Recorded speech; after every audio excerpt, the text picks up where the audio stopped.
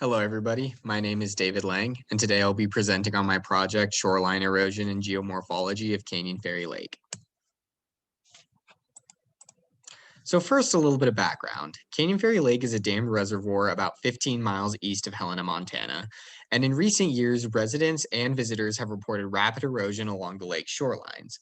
As can be seen in the picture to the right, in some areas, the shoreline erosion is so rapid that the cliff caught up to a fence constructed by a private landowner, and now the fence is just falling off of the cliff.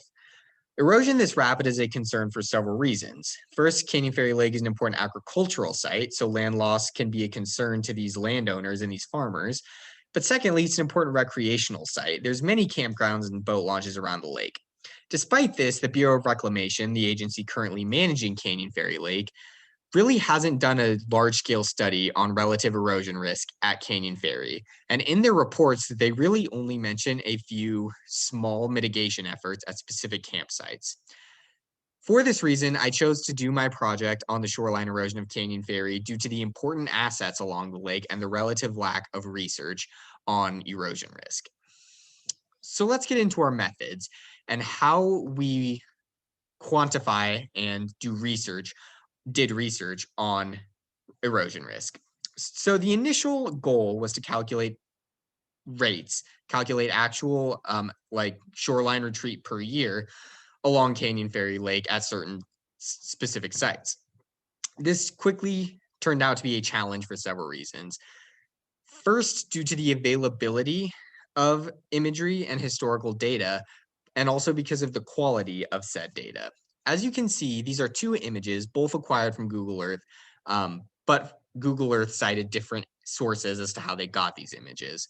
In the image to the left, you can see it is just not a high quality image. It is very pixelated, and therefore doing it the old-fashioned way, which would be to measure shoreline retreat by measuring like the cliff location in different years from a common point is very difficult. When it's this pixelated, it likely would not be very accurate to manually draw lines and do measurements that way. Furthermore, the more modern method, which is to use GIS software to calculate change, isn't very feasible here either. The reason being these two images, they're in different color schemes, and therefore to use GIS software to select a certain color value and say, calculate how the change based on this color value just isn't realistic. It's not feasible given the data available. And thirdly, just the scale of the data we had. The state of Montana does have ortho imagery that is relatively similar in its quality and color scheme. But again, this data only dates back 14 years. And so really we would only be able to get data on rates of very high erosion and not the more moderate erosional areas, which are still of concern.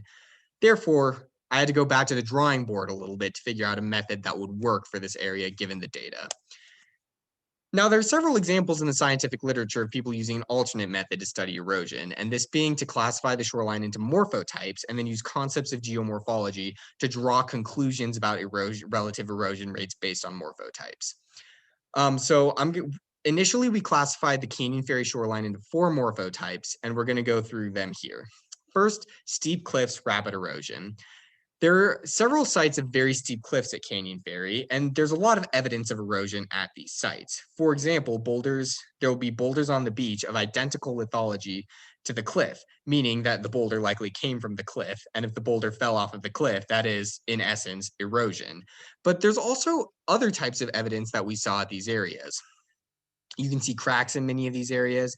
You can see a sea cave, which likely is evidence of erosion.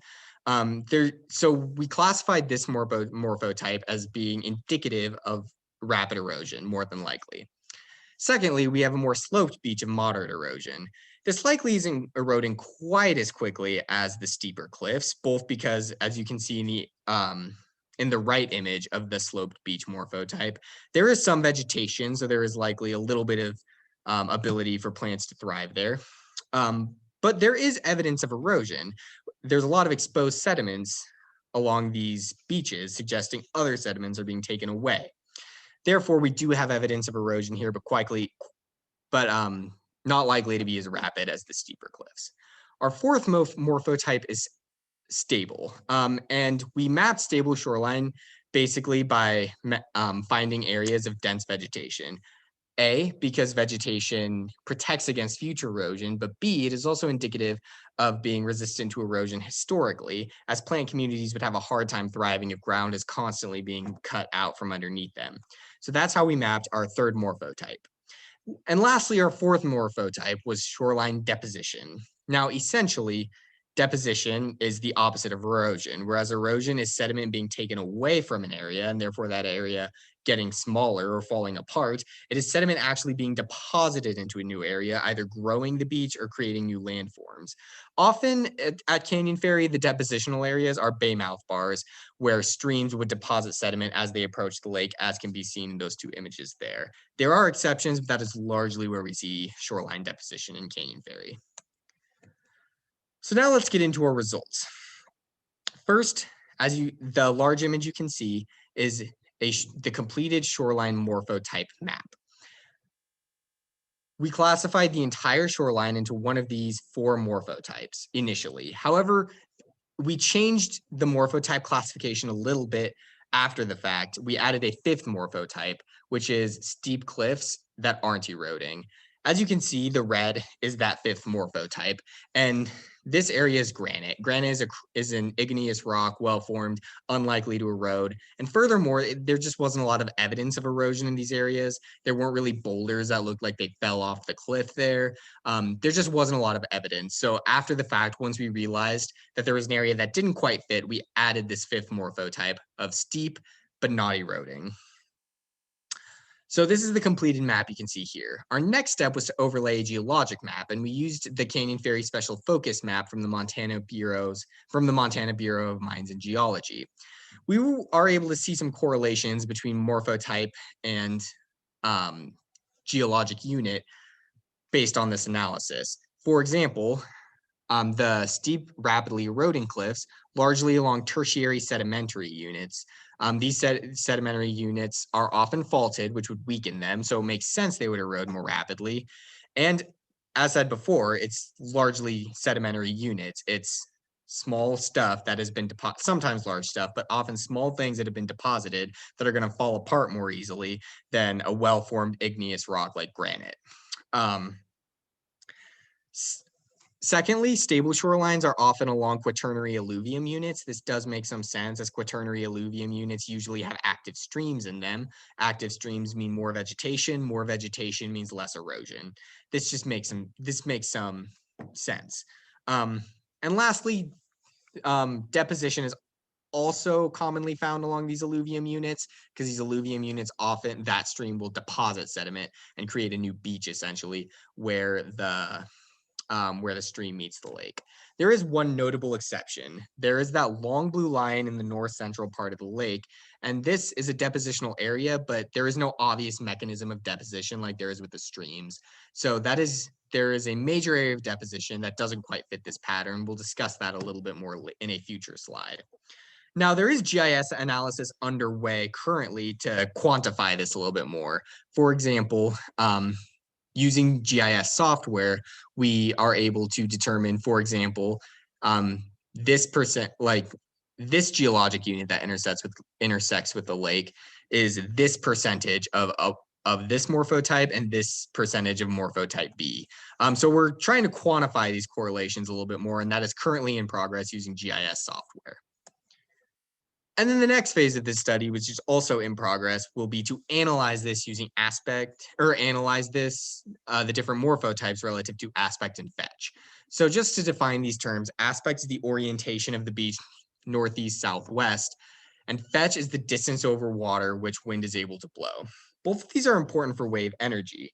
The more wave energy there is, the more likely it is to erode rapidly, because more energy is being delivered to the shoreline, and energy is what is able to pull sediments away. So ultimately, the next step will be to target certain areas, for example, maybe the same geologic unit on opposite sides of the lake, and then see if aspect or fetch cause a different morphotype within the same geologic unit. So this is the next phase of the study. It is in progress. That is in progress. So now let's discuss the implications for this type of research. So first off, there's habitat implications. There are confirmed nests of both cliff swallows and bank swallows along the Canyon Ferry shoreline. This map here shows different sightings that I made of these nests when I made a field visit in early March. Now, cliff swallows need cliffs to build their nests, and so do bank swallows. They need cliffs of certain heights with certain sediments that they are able to build their nests in. Therefore, understanding morphotype generally across the lake, as well as relative erosion risk, can help us understand where we are likely to see these types of animals and these types of habitats. So there is some valuable data here to be gained about potential habitats. But secondly, we also think that using research like this, you can target your erosion mitigation efforts and not waste resources on areas that maybe aren't at as high risk of erosion. For example, if we determine this campground based on aspect, fetch, geology, and morphotype is at very high risk of erosion, then we can focus our resources there and maybe not so much on an area that is at lower risk of erosion. So therefore, we think we can better target and better manage the Canyon Ferry shoreline by understanding these different morphotypes, understanding the relative erosion risk. So these are some of the implications of research such as this. Lastly, I wanted to discuss opportunities for future research on shoreline dynamics of Canyon Ferry. A lot of these are questions that my professor and I identified over the course of this study, but we ultimately thought they were too small of a scale for the work we were trying to do. We decided that for our project, we would focus more on the dynamics lake-wide, but we do think there's some really exciting research questions that can be addressed on the smaller scale. So first, let's talk about beach asymmetry and variable grain size. In an area to the northeast, on the northeast shoreline of the shoreline, kind of in the Hellgate Gulch area, there are several points that followed a pattern of thicker beaches on the southeast side of the lake and thinner or no beach at all on the northwest side of the lake, as can be seen in the image to the left. This can give us a lot of information about erosional and depositional patterns, which in turn can give us information about the dominant energy directions at play within Canyon Ferry Lake. Furthermore, there's variable grain sizes at a lot of these beaches. For example, during a site visit to the shoreline near Hellgate Gulch in mid-March, we noticed a pattern that the south-facing beach often had fine-grained sediments and the north-facing beach had more coarser-grained sediments. Again, this can give us a lot of information about the type of regime and the type of energy that is being delivered to these shorelines when we think about the different grain sizes that are being deposited or eroded. So we think this is a really exciting potential future research project. Secondly, if you look to the image on your left, we think there are a lot of geomorphic landforms at Canyon Ferry. That could be a topic of research as well. These wavy beaches that can be seen in the image to the right are called cuspate beaches. Cuspate beaches have been observed for decades by shoreline scientists. However, to this day, there's a lot of debate about the underlying mechanisms that form these types of beaches.